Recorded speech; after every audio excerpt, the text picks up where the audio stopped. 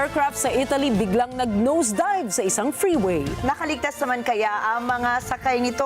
Ang sitwasyon po sa balitang yan na aming ibabahagi maya-maya. Magandang gabi, ako po si Ricky Matay. Ako si Nina Richie, Alagao, Flores. Ito ang mata ng Agila International para naman sa mga headlines ngayong araw ng Huwebes. Estados Unidos naglaan ng 3 bilyong piso bilang foreign assistance sa Pilipinas. Bagyong Emong patuloy ang pananalasa sa Luzon. Bagyong Dante nakalabas na ng par. Border dispute sa pagitan ng Thailand at Cambodia, mauuwi nga ba sa isang gyera? Pyongyang nagsagawa ng live artillery firing contest bilang paghahanda sa gyera. At 50 katao pinangangambahang nasawi sa pagbagsak na Russian plane sa Amur region.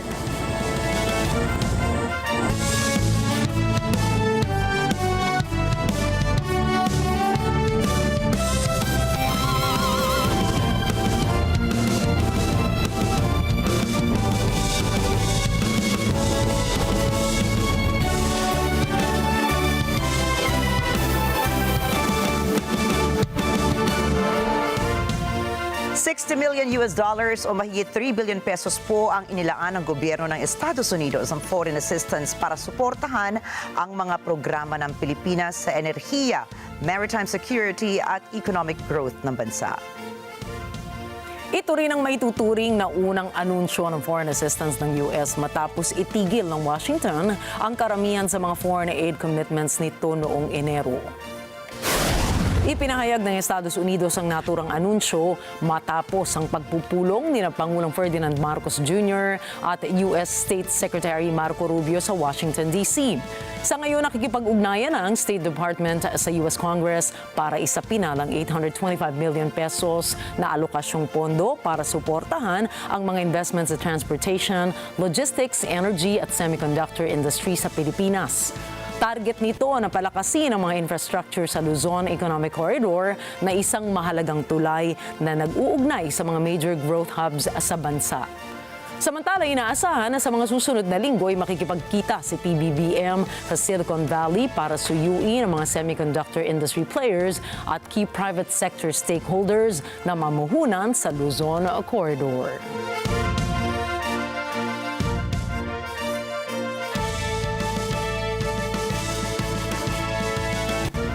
Kaligtasan, karapatan at kapakanan ng mga Pilipino at Chinese. Ito po ang tinalakay sa isinagawang consular meeting sa pagitan ng Pilipinas at China sa Beijing.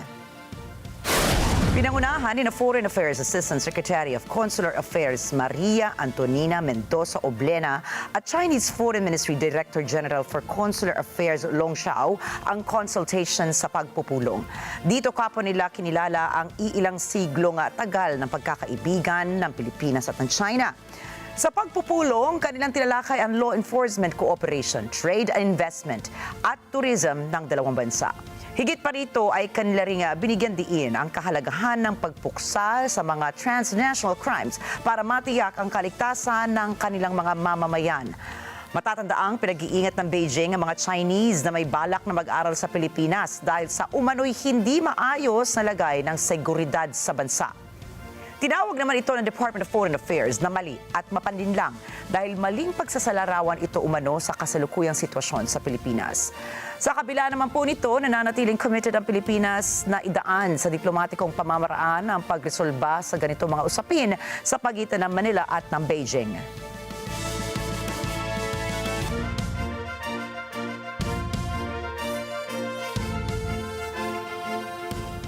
Kinumpirma mismo ng International Criminal Court o ICC na walang katotohanan ng mga ulat na nakalabas ng detention center si dating Pangulong Rodrigo Duterte. Sa isang text message na ipinadala sa mga mamamahayag, sinabi ng ICC na kung ang isang sospek ay pinalaya mula sa kanilang kustodiya, agad at opisyal itong kumpirmahin ng korte sa mga pahayagan. Samantala, pinagbigyan ng ICC Pre-Trial Chamber 1 ang hiling ni Duterte na ipagpaliban ang paglalabas nito ng desisyon kaugnay sa interim release o pansamantalang paglaya niya. Pabor sa nasabing desisyon ng mayorya ng judges. Kulang pa nila mga dokumento o aksyon mula sa depensa kung kaya't hindi pa maibibigay ng ICC ang pasya sa kahilingang interim release ng dating Pangulo.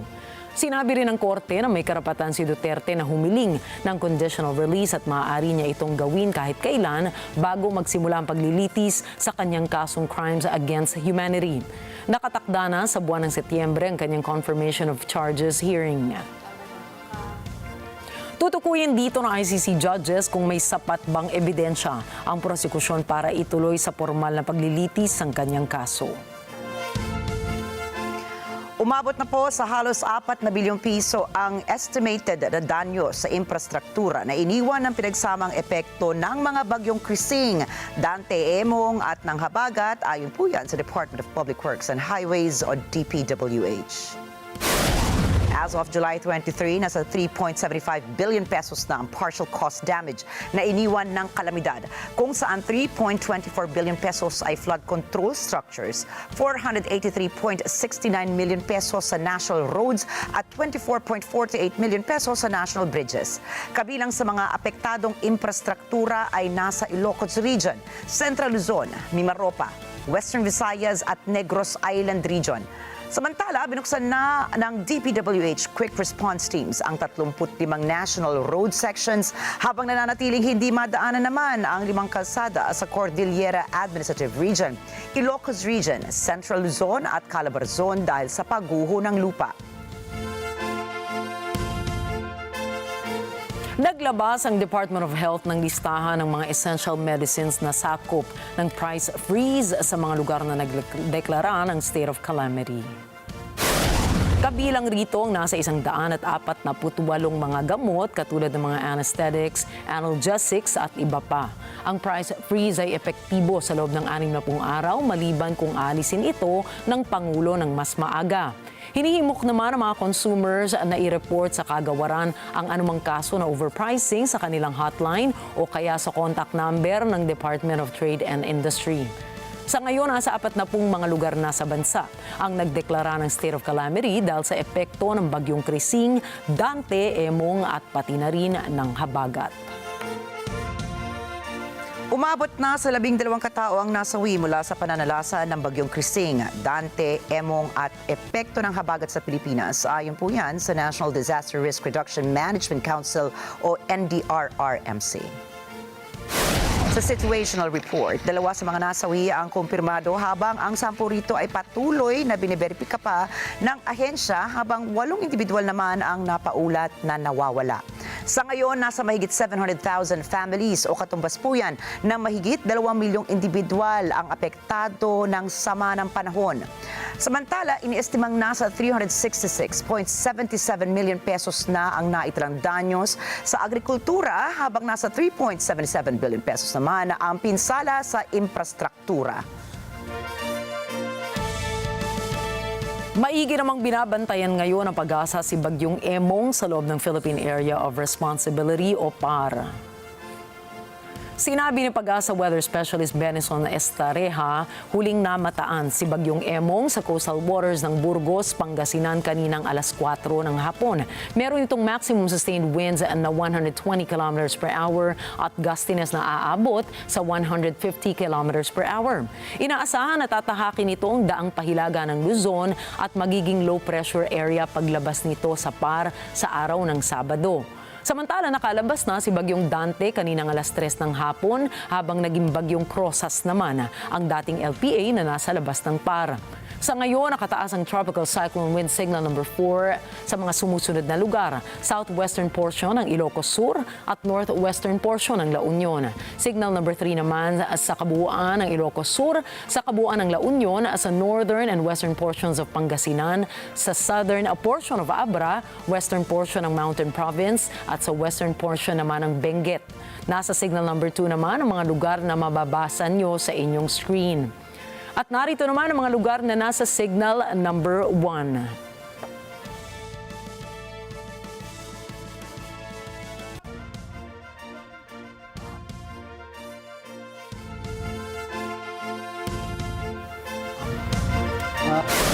Susunod, Thailand at Cambodia border dispute na uwi sa karahasan. North Korean leader Kim Jong-un nagsagawa ng live firing drills. At US President Donald Trump sangkot nga ba sa Epstein list? Yeah, I don't know about it, but I think it's something. Detalye po ng mga balitang yan at iba pa ring mga balita sa pagbabalik ng Mata ng Agila International.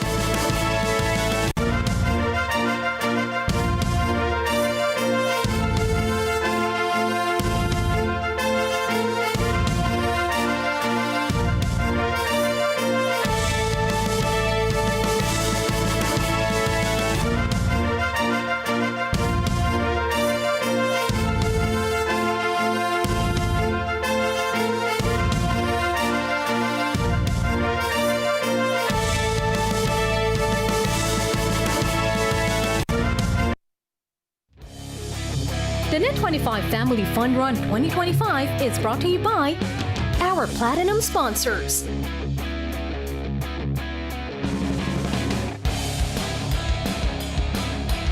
Our Gold sponsors.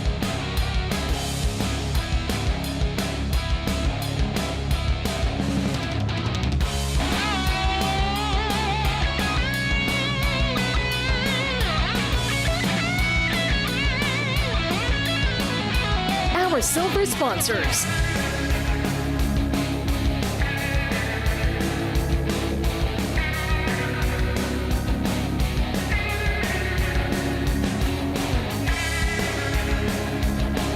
And our Bronze sponsors. With our participating merchants.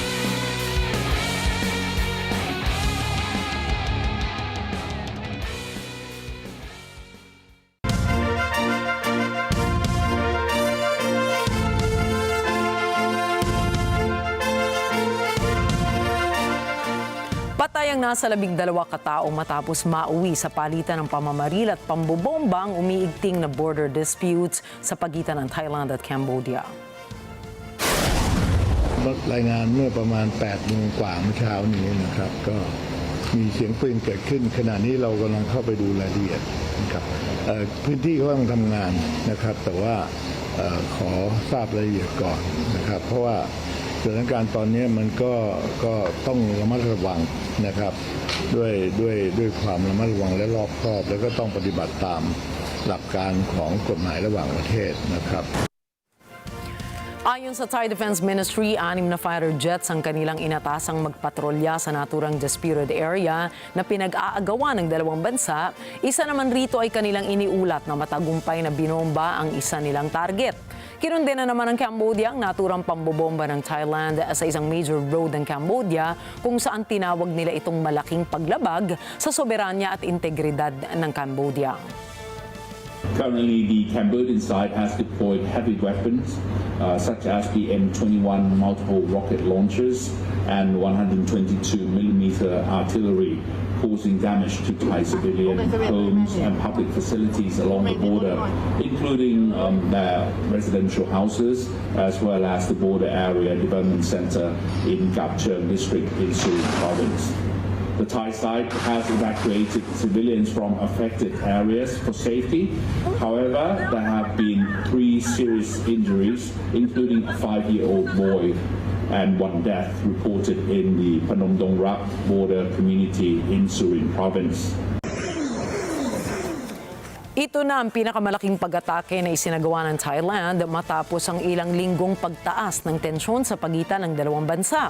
Nagsimula ang engkwentro sa pagitan ng Cambodia at Thailand matapos ang ulat na naputulan ng bahagi ng katawan ng isang sundalo sa Thailand matapos makaapak ng landmine na umano'y inilagay ng Cambodia sa isang disputed area. Following, unfortunately, yet another landmine incident, which occurred yesterday evening, 23rd of July, 2025, where a further 5 Royal Thai Army personnel stepped on another landmine in Chong An Ma area, Ubon Ratchathani province.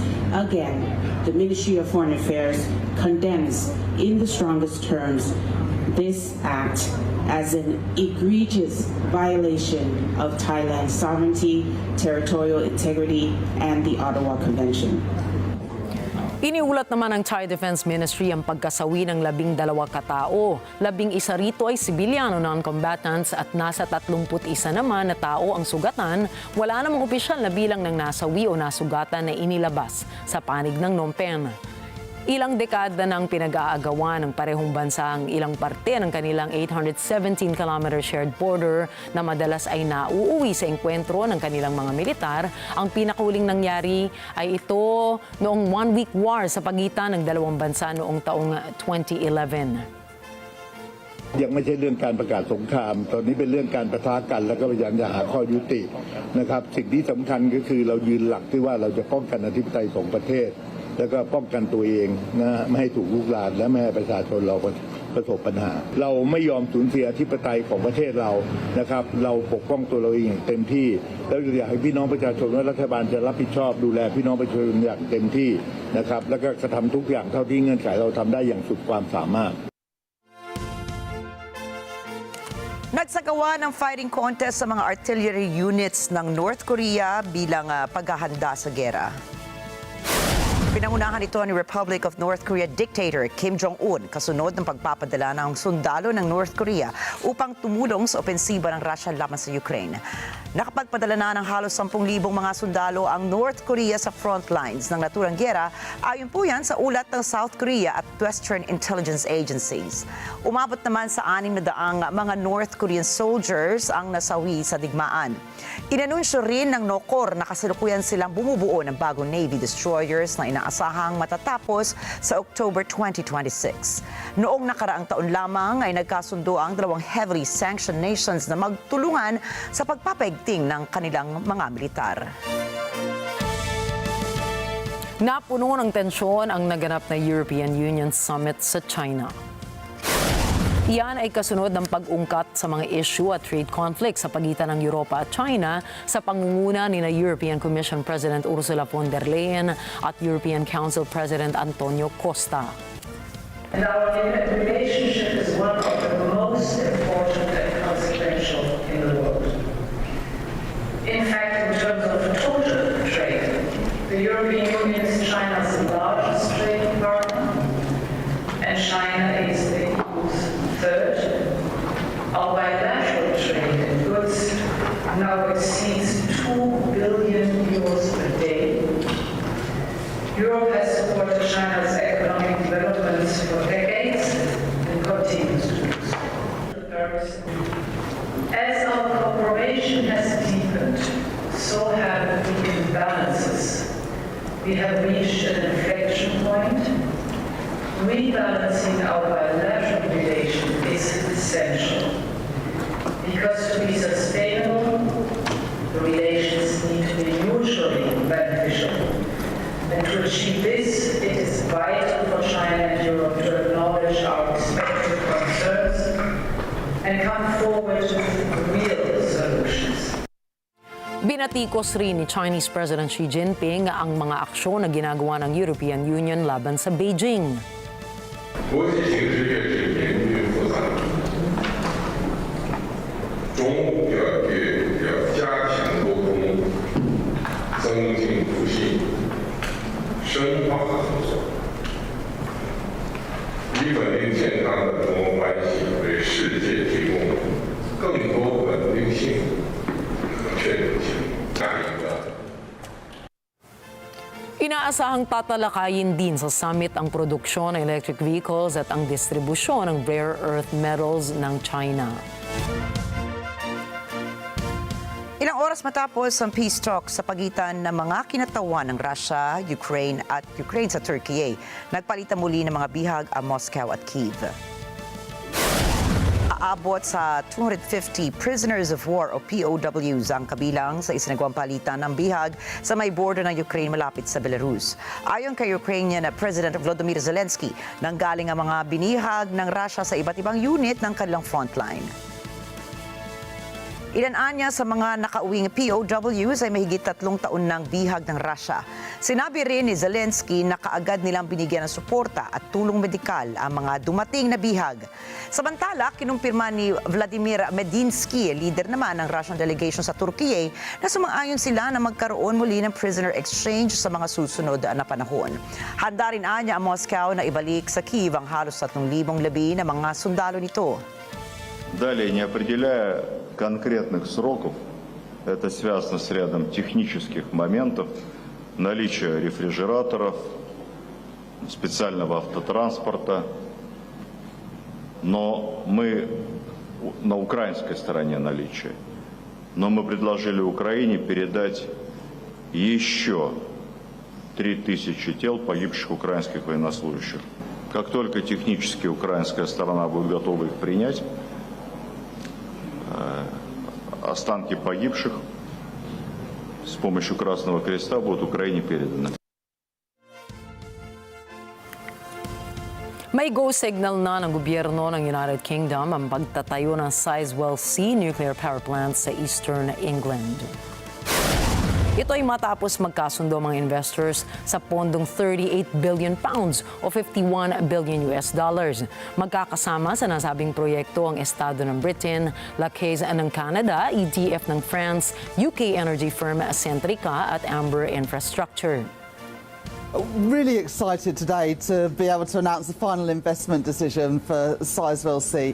This is something that politicians have spoken about for years, and today we are actually delivering. This is a public-private consortium.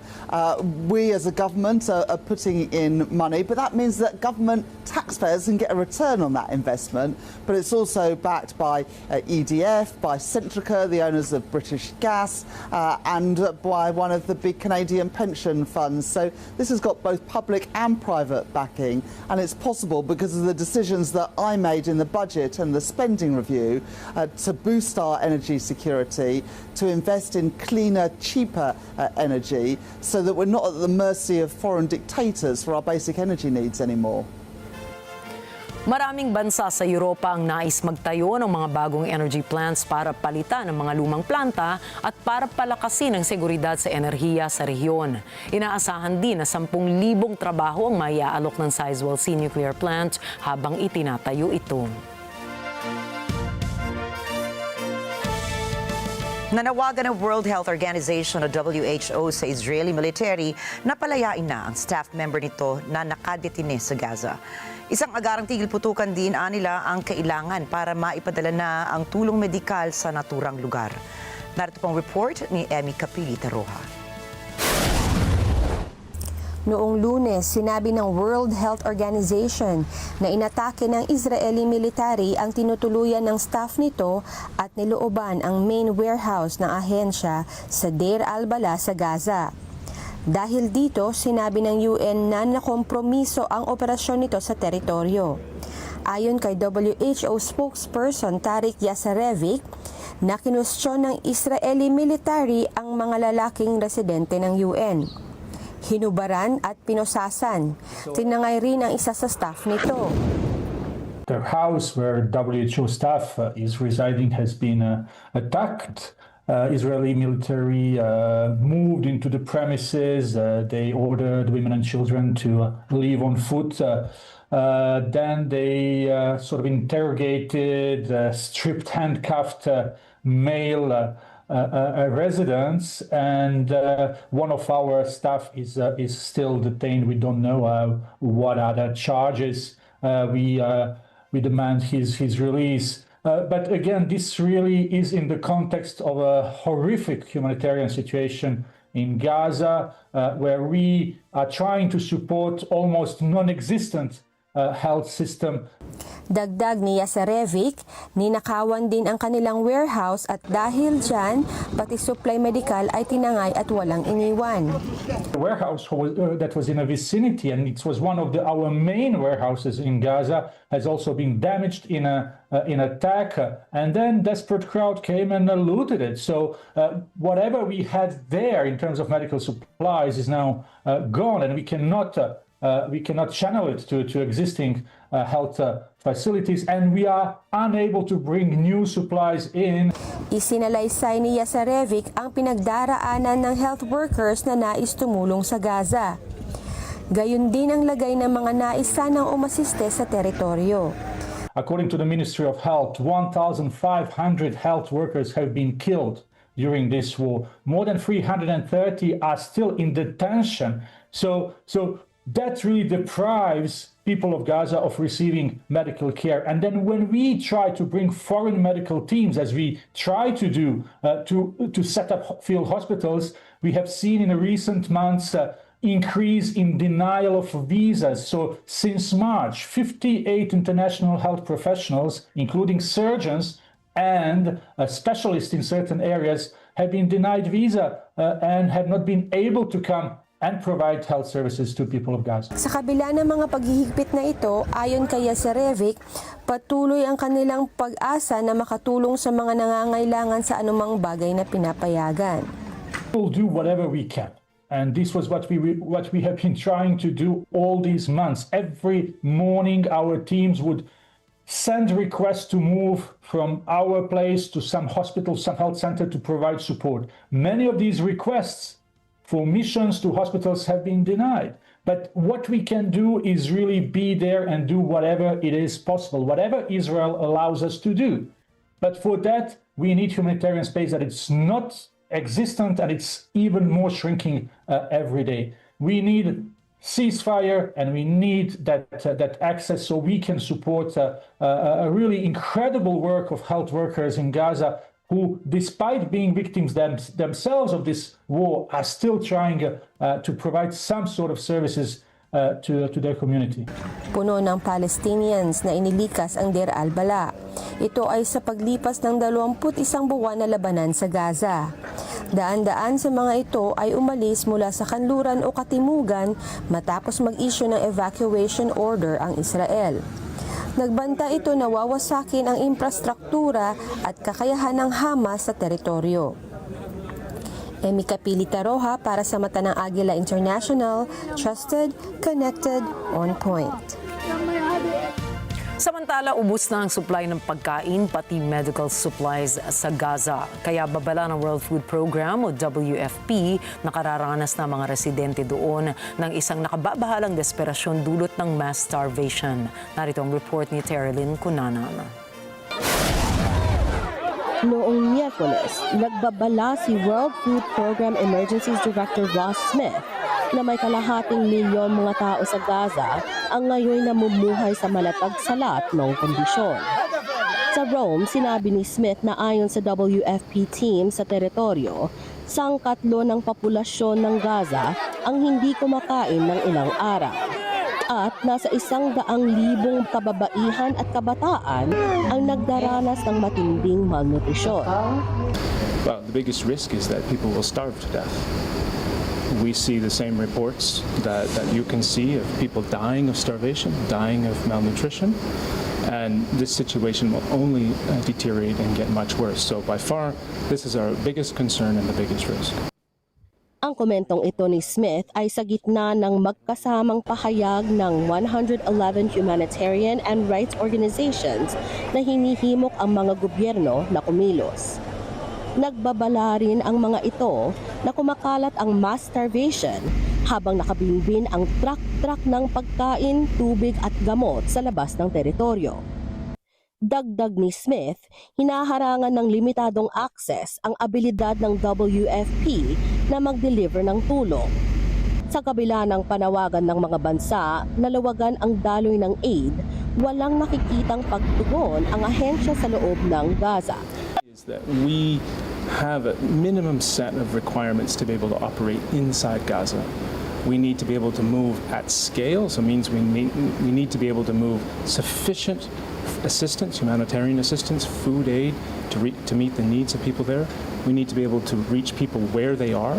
We need to be able to operate with all routes inside and outside the entry points into Gaza. And I think one of the most important I want to emphasize is that we need to have no armed actors near our distribution points, near our convoys. Terilyn Punanan para sa Mata ng Agila International. Trusted, connected, on point. Tinanggap naman ng gobyerno ng Israel ang panibagong ceasefire proposal galing sa militanteng grupo ng Hamas. Sinabi ng Israel na handa silang repasuhin ang nasabing agreement kasama ang kabilang kampo, subalit hindi na nilinaw ang iba pang mga detalye. Nilabas ang panibagong proposal ng Hamas matapos isiwalat ng mga charity at human rights groups na nagpapatuloy pa rin ang opensiba ng Israel sa pagpapahirap ng mga Palestinians sa Gaza Strip. Nakatakda ring magtungo si U.S. Envoy to the Middle East, Steve Witkoff, para muling asikasuhin ang ceasefire proposal para sa magkabilang panig. Envoy Witkoff is headed to Europe, where he will meet with key leaders from the Middle East to discuss the ongoing ceasefire proposal to end this conflict in Gaza and to release the hostages. These are very sensitive negotiations that are currently taking place. I spoke to Special Envoy Witkoff last night about them. I will let him speak further on the matter, but the President and Special Envoy Witkoff has made the administration's goals clear. We want this ceasefire to happen as soon as possible, and we want these hostages to be released. Ayon sa mga eksperto, at risk na sa taggutom ang Gaza dahil sa nangyayaring digmaan. Ayon naman sa Israel, ito ay kagagawan lamang ng Hamas. In Gaza today, there is no famine caused by Israel. There is, however, a man-made shortage engineered by Hamas. Now, too often, the full story is not being told. This suffering exists because Hamas has created it. The suffering exists because Hamas has made it so. Hamas hijacks the aid. They charge their own people. This is aid which is supposed to go to Gazans for free. It is their right to get it for free. Gazans are taxing that aid. They are selling it to merchants and selling it to Gaza's people for exorbitant prices. And they're using the money to pay for their terrorist fighters. And this seems to be the last leg which Hamas is standing on, which is why it is so important to cut Hamas out of the distribution process. Isang buwang visa na lamang ang ipagkakaloob ng Israeli government sa staff ng United Nations. Alamin natin ang dahilan ng panibagong tuntunin ito mula kay JC Mula. Sa harap ng Security Council, inakusahan ni Israeli United Nations Ambassador Danny Danon ang UN Office for the Coordination of Humanitarian Affairs ng pagiging hindi patas. Dahil dyan, nagdesisyon aniya ang Israeli government na isang buwang bisa lamang ang ibibigay sa international staff ng UN. Israel will no longer grant automatic visas to OCHA's international staff. Visas will now be limited to 1 month's terms. What was will no longer be. Kaugnay nito, sinabi rin ni Danon na hindi nito i-renew ang visa ng hepe ng OCHA na si Jonathan Whittle dahil sa paglaban nito sa Israel. Jonathan Whittle, OCHA's head of office for the so-called territories, has consistently and outrageously demonstrated his bias and agenda against the state of Israel. He will not have his visa renewed and he will leave the country by July 29th. Pahayag ni Danon, bagamat nais tumulong ng Israel na proteksyonan ang mga sibilyan sa gitna ng labanan, hindi aniya ito makikipagtulungan sa mga organisasyong inuuna ang politika. Inakusahan ni Danon ang mga empleyado ng OCHA ng kaugnayan sa Hamas. We are committed to helping civilians, to protecting innocents, and to ensuring aid reaches those who need it. But we will not work with organizations that have chosen politics over principles. Mr. Fletcher has made it clear that OCHA is no longer a neutral agency. Israel is therefore left with no choice but to act. Today, I announce that Israel will take steps to ensure that what has been happening with OCHA will no longer continue. Hundreds of OCHA employees are undergoing security vetting. Key employees will not have their permits renewed following clear evidence of strong affiliation with Hamas. Some were even involved in the atrocities of October 7. JC Yumol para sa Mata ng Agila International, trusted, connected, on point. Naglabas ng karagdagang ebidensya si National Intelligence Director Tulsi Gabbard ukol sa umano'y pagtataksil ni dating Pangulong Barack Obama. Tinawag ni Gabbard na treasonous conspiracy ang isang highly sensitive congressional report na nagpapaliwanag umano kung paano pinamunuan ni Obama ang pagmamanipula sa ulat na nangialam ang Russia noong 2016 elections. Iginiit niyang hindi nakatulong kay US President Donald Trump ang nasabing ulat, kundi ito ay naghasik ng kawalang tiwala sa demokrasya ng Estados Unidos. Ikinatuwa naman ni Trump ang paglabas ng declassified report at sinabing katunayan itong nagtangkang magsagawa ng kudeta noon pa man si Obama. Now we found absolute, this isn't like evidence this is like proof, irrefutable proof that Obama was seditious, that Obama was trying to lead a coup, and it was with Hillary Clinton, with all these other people, but Obama headed it up. And, you know, I get a kick when I hear everyone talks about people I never even heard of. It was this one. No, it was Obama. He headed it up. And it says so right in the papers. Got everything. Got everything. This is the biggest scandal in the history of our country.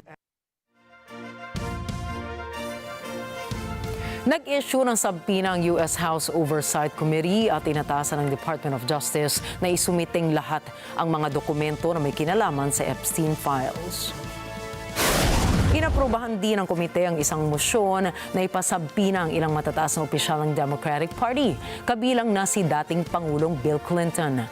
Sinabi ng isang miyembro ng U.S. House na hindi madali na ipasa ang mosyon pero ipinaglaban lamang anila ng House Democrats ang transparency at accountability tungkol sa issue ng Epstein files. Samantala, kinumpirma ng Department of Justice na makailang ulit na lumitaw ang pangalan ni United States President Donald Trump sa Epstein files. Isiniwalat ng DOJ na ilang beses lumitaw ang kanyang pangalan sa mga flight logs, party invitations, hanggang sa mga testimonya. Mayroon ring mga indikasyon ng files ng pakikilahok ni Trump sa iilang okasyon noong dekada 90 at early 2000s. Ayon sa ilang eksperto, malaking epekto ang maidudulot ng mga dokumentong ito sa imahe ng Pangulo sa publiko. Nauugnay rin ang mga dokumento sa mga malawakang kaso ng human trafficking, abuse at panghahalay sa mga menor de edad. Pansamantalang ipinahinto muna ang publikasyon ng iba pang mga dokumento ukol kay Epstein sa patuloy na pangangasiwa ng administrasyon ng DOJ. Samantala, iniulat ng Black Srevnik Law Firm na abogado ni Epstein na si Roy Black ay pumanaw na sa edad na 80. Ayon sa firm, namatay siya sa kanyang tahanan sa Coral Gables, Miami dahil sa nilalaban ng sakit. Isa siya sa mga naging prominenteng criminal defense attorneys sa mga iilang high-profile clients kabilang sina Rush Limbaugh, Colombian drug lord Fabio Ochoa at sa ilang okasyon kay Justin Bieber. Susunod, isang Russian passenger plane na bumagsak. Mga migrante na abuso sa El Salvador. At opisina ng BTS label na HYBE nireda ng South Korean police. Mga detalye po ng mga balita niyan at iba pa mga balita sa pagbabalik na Mata ng Agila International.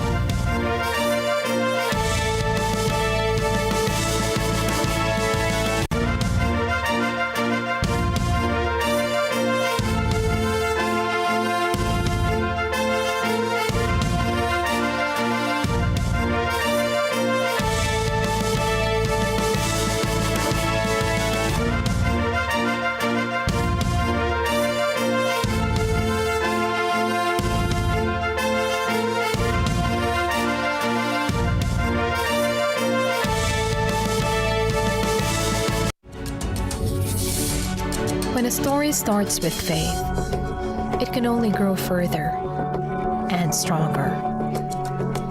As time passes by, we learn about your story. In an institution of exceptional healthcare, with genuine Christian compassion, we care about you. With a safe, secured, and sanitized environment, accompanied by a team of trusted healthcare professionals, we're built this way to serve you better. By providing affordable health services to general population, we want what's best for you.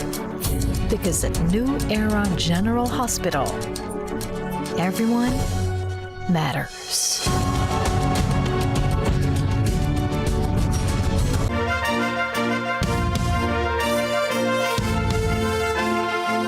Inilabas na ng Russian Civil Aviation Authority ang video ng pagbagsak ng isang eroplano sa Russia. Makikita sa helicopter footage ang bumagsak na eroplano sa isang gubat sa Siberia. Ayon sa initial reports, hindi nakaligtas ang 50 katao na sakay ng Antonov An-24 passenger plane. Base sa datos na nakuha, tinatahak nito ang Blagoveshchensk, subalit nawala sa radar bago pa man maabot ang destinasyon nitong Tyunda. Tinitingnan din ang anglong human error bilang dahilan ng insidente dahil sa poor visibility. Lumalabas sa investigasyon na ang nag-operate nito ay ang Agila Airlines na galing Siberia. Sa ngayon, patuloy pa rin na inimbestigahan ang nasabing insidente. Nasawi rin ang 2 sakay ng isang light aircraft sa Italy matapos nitong mag-nosedive sa isang freeway. Sa video, makikita ang ilang sandali bago bumagsak ang naturang eroplano sa kalsada at saka sumabog. Nakilala ng mga otoridad ang mga biktima bilang isang 75 anyos na lalaki at 60 anyos na babae. Nagtamo naman ng minor injuries ang 2 motorista na nadamay sa pagsabog ng aircraft. Nagdulot din ng traffic sa daan ang insidente kung saan kinailangan pa ng mga bumbero upang apulahin ang apoy sa lugar. Naglunsad naman ang investigasyon ng National Agency for Flight Safety upang alamin ang sanhi ng plane crash. Isang Venezuelan migrant ang nagsalaysay ng dinanas nitong pang-aabuso sa isang high-security prison sa El Salvador. Narito po ang detalye ng balitang yan mula kay Leo Velasco. Ito ang 30 taong gulang na si Alerio Biloso, isang Venezuelan migrant na kauwi lang sa kanyang tahanan sa Maracaibo noong Martes. Isinalaysay ni Biloso ang nakapanlulumong kwento ng pang-aabuso at pambubugbog na kanyang pinagdaanan sa isang high-security prison sa El Salvador, ang Sikot. Inilarawan ni Biloso kung paanong nasubo siya at kanyang kapwa detainees sa matinding pang-aabusong pisikal. Kabilang pananakit gamit ang kamay, kalasag, pambambo, pati na pellet gunshots. Ayon kay Biloso, nagsimulang pananakit pagkababa nila ng eroplano hanggang sa buong panahon ng kanilang pagkakakulong. Anya, akala niya ay katapusan na ng kanilang buhay. Sinceramente yo pensé que nos iban a matar por cómo nos trataban, como las cosas que nos decían, que nosotros íbamos a pagar más, o sea, íbamos a morir ahí. Y las palabras, me recuerdo, nos bajaron del avión y desde que nos bajaron pegando los golpes.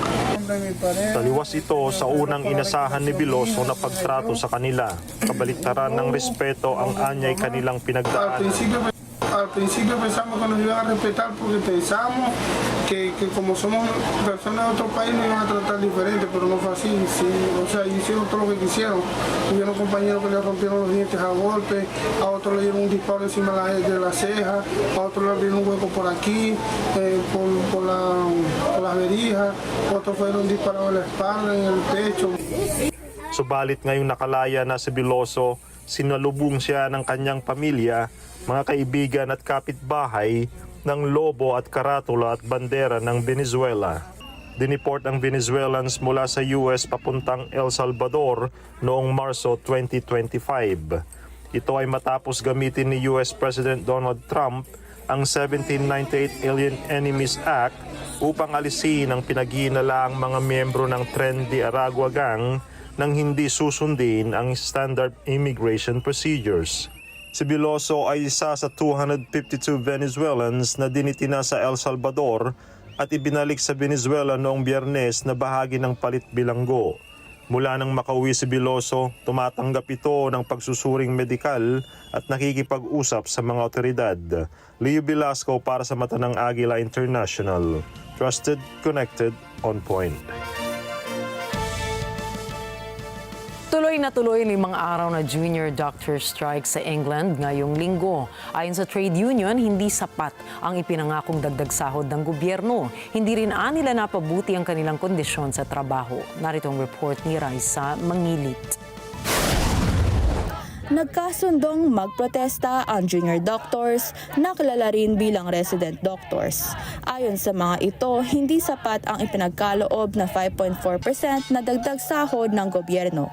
Ayon sa Union, ito ay malayo sa 29% kailangan upang ibalik ang kita ng mga doktor tulad noong 2008. Nakatakdang magsimula ang strike alas 6 ng umaga na yung Biyernes.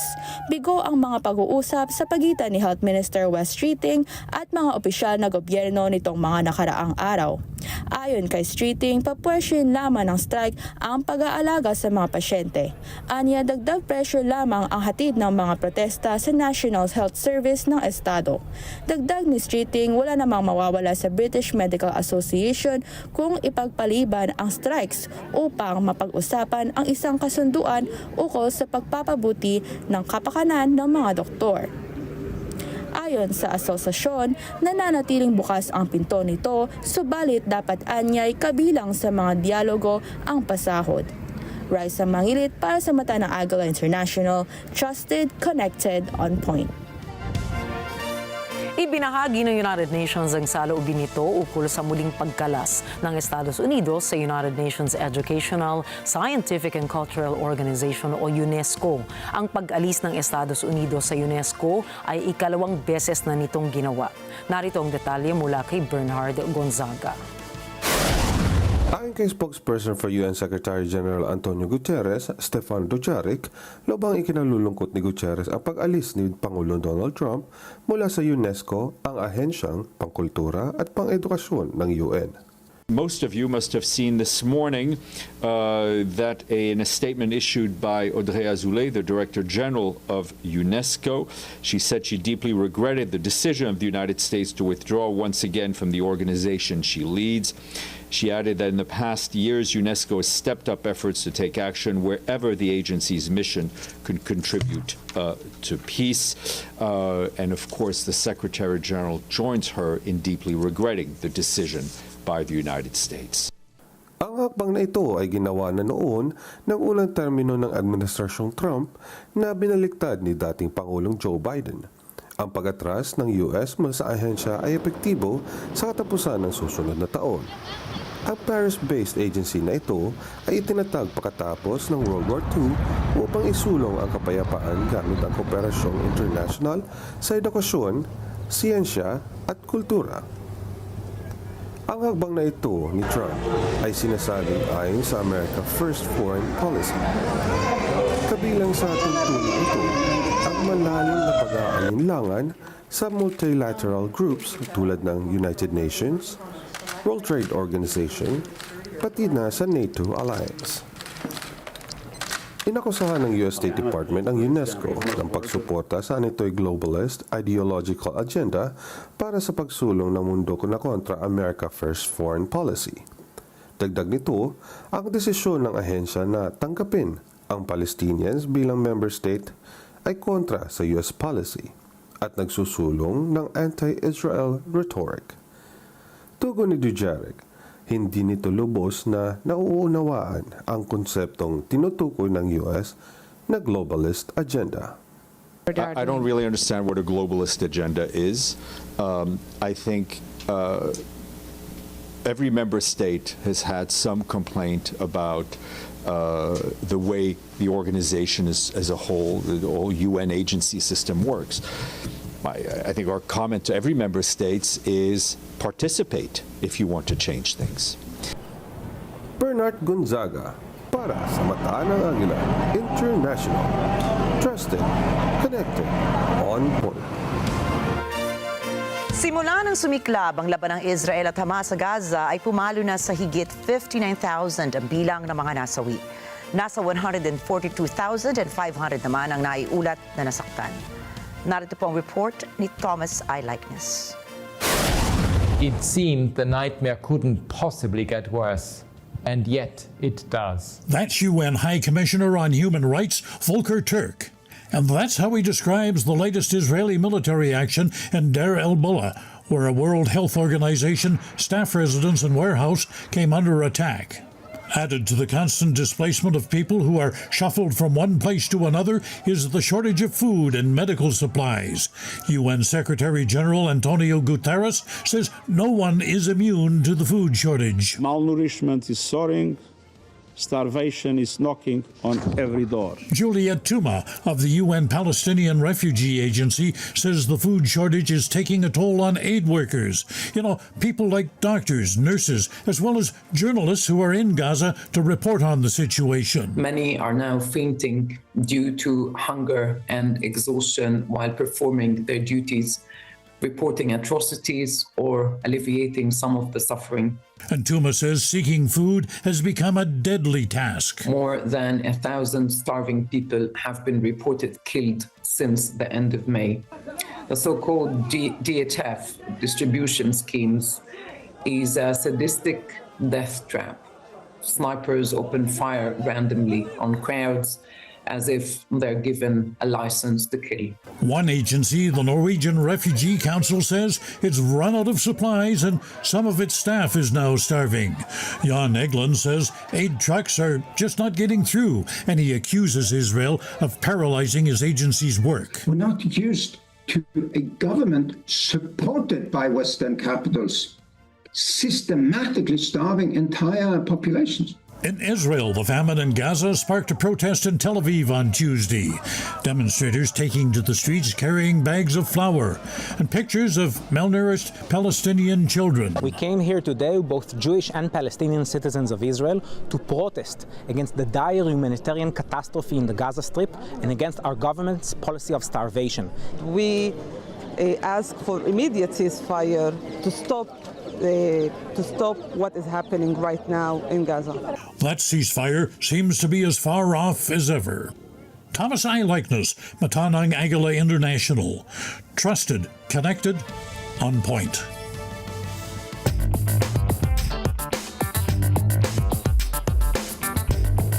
Sinalakay ng South Korean Police ang headquarters ng HYBE dahil sa aligasyon o mga aligasyon na hindi patas ang share trading nito. Dawit sa alegasyon ng chairman ng HYBE na si Bang Si-hyuk na pinaimbestigahan ng Korean financial regulator tungkol sa kanyang mga aktibidad sa stock market listing ng kumpanya. Inakusahan noong 2020 initial public offering si Bang at maging ang tatlong ehekutibo ng kumpanya dahil umano sa panloloko sa mga investors na ibenta ang kanilang mga share sa isang investment company na kontrolado ng mga akusado. Wala pang ibinibigay na komento ang Seoul Metropolitan Police sa kaso. Sinabi naman ng HYBE na nakikipagtulungan na sila sa pulisya at ipakikita na sumunod sila sa batas at tamang proseso ng stock listing sa IPO ng kumpanya. Kilala ang HYBE Corporation bilang isa sa malaking record label sa Korea na bumuo sa ilang sikat na global artists katulad ng BTS, Hypen at Cat's Eye. Pumanaw po sa edad na 90 ang chairperson at dating presidente ng Tamiya Corporation na si Shonsaku Tamiya. Ayon sa opisyal na pahayag ng kumpanya noong July 18, ipinagdiwang ang kanyang tahimik na pamamaalam kasama ang mga malalapit na kamag-anak. Nakilala siya bilang titan of industry ng mga hobbyists para sa kontribusyon sa pop culture kagaya ng pagkakarera ng kanyang mga laruan na mini four-wheel drive remote-controlled cars.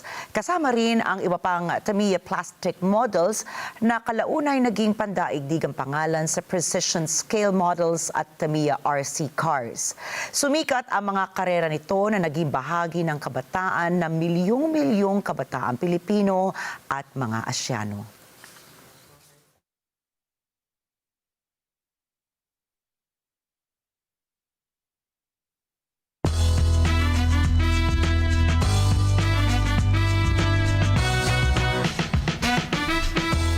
Lumipad na sa tagumpayang DC Universe matapos kumita ng $400 million ang movie reboot ng Superman sa loob ng 10 araw. At narito po kami para maghatid ng balita saan mang dako ng mundo. Magandang gabi, ako po muli si Ricky Matay. Ako si Nina Richie, Alagao, Flores at ito po ang mata ng Agila International, Trusted, Connected, On Point.